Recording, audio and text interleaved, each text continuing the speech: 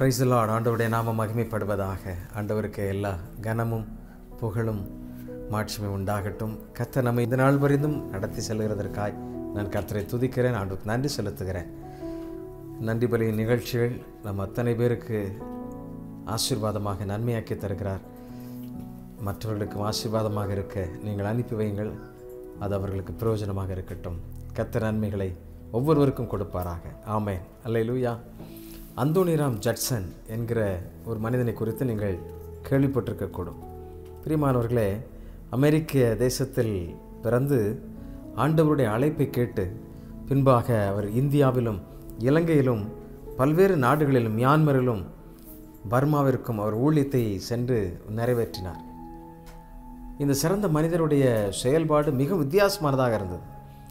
ஊழியத்தை ஆரம்பிக்க கர்த்தர் கொடுத்த அழைப்பின் சத்தத்தை கேட்டு புறப்பட்டு சென்ற அவருடைய வாழ்க்கையில் எதிர்பார்த்த நன்மைகள் இல்லை, பலன் இல்லை.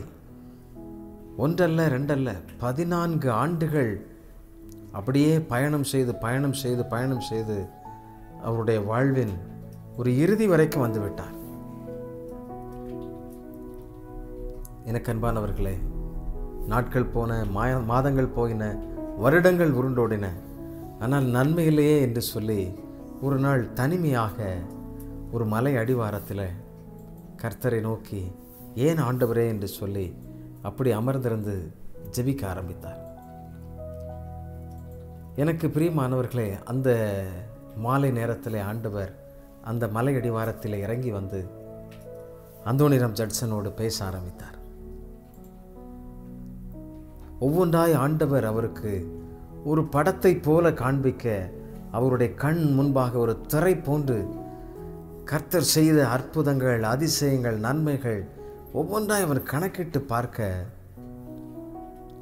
அவருடைய கண்களை ஆச்சரியமாகி போனது. இதை கர்த்தர் என் மூலமாக நிறைவேற்றினாரா? இவைகள் என் மூலமாய் நடந்ததா?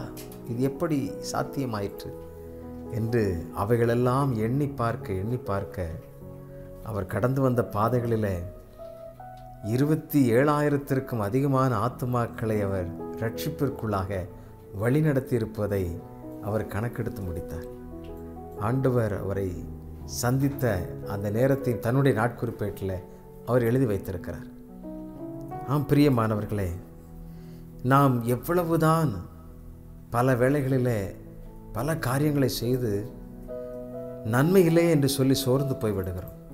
ஆனால் நீங்கள் தேவ சமூகத்தில் அமர்ந்திருந்து அதை திரும்பி பார்ப்பீர்கள் என்றால் எவ்வளவு காரியங்களை கர்த்தர் செய்திருக்கிறார், எவ்வளவு சிறையிருப்பை மாற்றியிருக்கிறார், எவ்வளவு ஆபத்துகளிலே நம்மை பாதுகாத்தார், எவ்வளவு தீமையான சூழல்களிலிருந்து நம்மை தப்புவித்திருக்கிறார். ஆபத்தான மனிதர்கள் எல்லாருடைய கண்கள் எல்லாவற்றிலிருந்து நம்மை தப்புவித்து அழகாய் நடத்தினதை நீங்கள் பார்த்து கர்த்தருக்கு நன்றி சொல்ல முடியும்.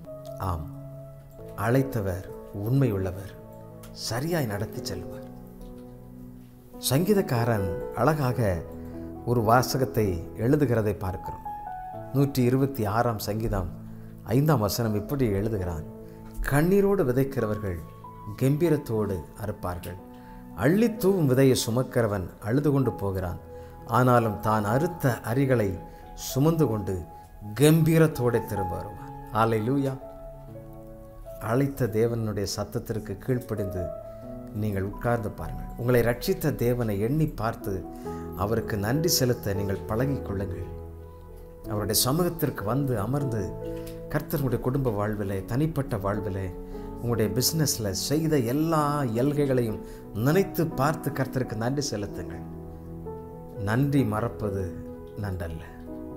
எனக்கு அன்பானவர்களே, நன்மை செய்தவருக்கு நீங்கள் நன்றி செலுத்துங்கள். எவ்வளவு தீமைகள், எவ்வளவு ஆபத்துக்கள், எல்லாவற்றிலையும் நம்மை கூட இருந்து அழகாக நம்மை பாதுகாத்து நம்மை ஆச்சரியமாய் நடத்தி வந்தாரே, இந்த நல்ல தேவனுக்கு நீங்கள் நன்றி செலுத்துங்கள். ஆண்டவர் உங்களை ஆசீர்வதித்து உங்கள் எல்லைகளை பலப்படுத்துவார். 1 கொரிந்தியர் 3ஆம் அதிகாரம் 8ஆம் வசனத்தில் இப்படி சொல்லுகிறது: நடுகிறவனாலும் ஒன்றுமல்ல, நீர் பாய்ச்சுகிறவனாலும் ஒன்றுமல்ல, விளையச் செய்கிற தேவனாலே எல்லாமாகும். அல்லேலூயா. ஆம், நீங்கள் பிரயாசப்படுங்கள். உங்கள் பிரயாசத்தின் பலனை கர்த்தர் பெருகச் செய்வார். அறுவடை நிச்சயம் உண்டாகும். உங்களை ஒரு நாள் உத்தம ஊழியனே வா என் பிதாவின் வீட்டிற்கு என்று சொல்லி அப்படி உங்களை அழைப்பார். காரணம், அழைத்தவர் சாதாரண மனிதர் அல்ல.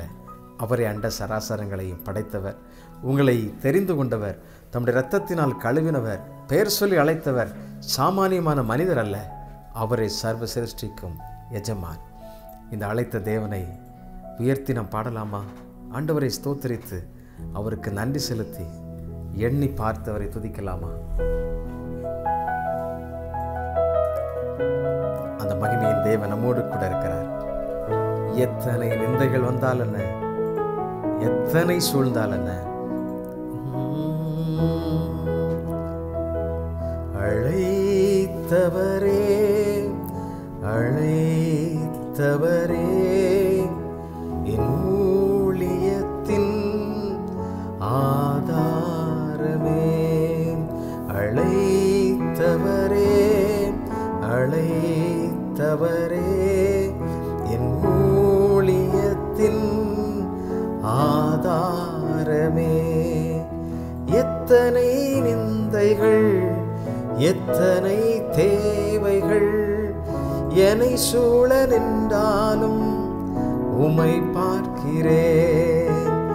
எத்தனை நிந்தைகள், எத்தனை தேவைகள் என்னை சூழ நின்றாலும் உம்மை பார்க்கிறேன். உத்தம ஊழியன் என்று நீர் சொல்லிடும் ஒரு வார்த்தை கேட்டிட உண்மையாய் ஓடுகிறேன். உத்தம ஊழியன் என்று நீர் சொல்லிடும் ஒரு வார்த்தை கேட்டிட உண்மையாய் ஓடுகிறேன். அழைத்தவரே அழைத்தவரே என் ஊழியத்தின் ஆதாரமே. கண்ணீரோடு விதைக்கிறவர்கள் கம்பீரத்தோடு அறுத்து கொண்டு வருவார்கள். நீங்கள் கண்ணீரோடு நிற்கலாம், நாட்களை கண்ணீரோடு கடத்தி கொண்டிருக்கலாம். ஆனால் கம்பீரமான அறுவடை நாட்கள் உண்டு, வெற்றியான நாட்கள் உண்டு, உங்களை கனப்படுத்துகிற நாள் உண்டு, எஜமான் உங்களை கௌரவிக்கும் நாள் உண்டு. ஒரு நாளும் கைவிட மாட்டார். அந்த அதோனிராம் ஜாக்சன் திரும்பி பார்த்த பொழுது இத்தனை பெரிய நன்மைகளை செய்தார் என்று சொல்லி நன்றி சொன்னாரே. ஆண்டவருக்கு நன்றி செலுத்துங்கள். அன்பின் பிதாவே, தம்முடைய சமூகத்தில் ஆவலாய் காத்திருந்து ஜெபிக்கின்ற ஒவ்வொரு பிள்ளைகளையும் கர்த்தர் நீர் கனம் பண்ணும். அவர்களை ஆசீர்வதித்தருளும், அவர்களை பலப்படுத்தும். ஆண்டவரே, அவர்களை பெயர் சொல்லி அழைத்தவர் நீர், உள்ளங்கைகளில் வரைந்து வைத்திருக்கிறவர் நீர். ஆண்டவரே, தெரிந்து கொண்டு பிரித்தெடுத்து ரட்சித்து அவர்களை நீதிமானாக்கி உம்முடைய சொந்த பிள்ளையாய் அவர்களை அலங்கரித்து அழகு பார்க்கிறவர் நீரப்பா. ஆசீர்வதிப்பீராக, ஒவ்வொருவரையும் ஆசீர்வதிப்பீராக. உடைய எல்லைகளிலே மிகப்பெரிய நன்மைகள் உண்டாகட்டும். எல்லா ஆண்டவரை காரியங்களையும் கர்த்தருடைய பிள்ளைகளுக்கு நன்மையாக்கி தாரும். தடைகள் விலகட்டும், இன்னும் அறுவடை காணட்டும், இன்னும் திரட்சியாய் மற்ற படகுகள் அமிழத்தக்கதாய் அவருடைய படகுகளை ஆசீர்வதிப்பீராக. கர்த்தர் நீர் அப்படி செய்கிறதற்காக நன்றி. கோடா கோடி ஸ்தோத்திரம். இயேசுவின் நாமத்திலே கேட்கிறோம் நண்பின் பிதாவே. ஆமென், ஆமென். Thank you. God bless you all. God bless you.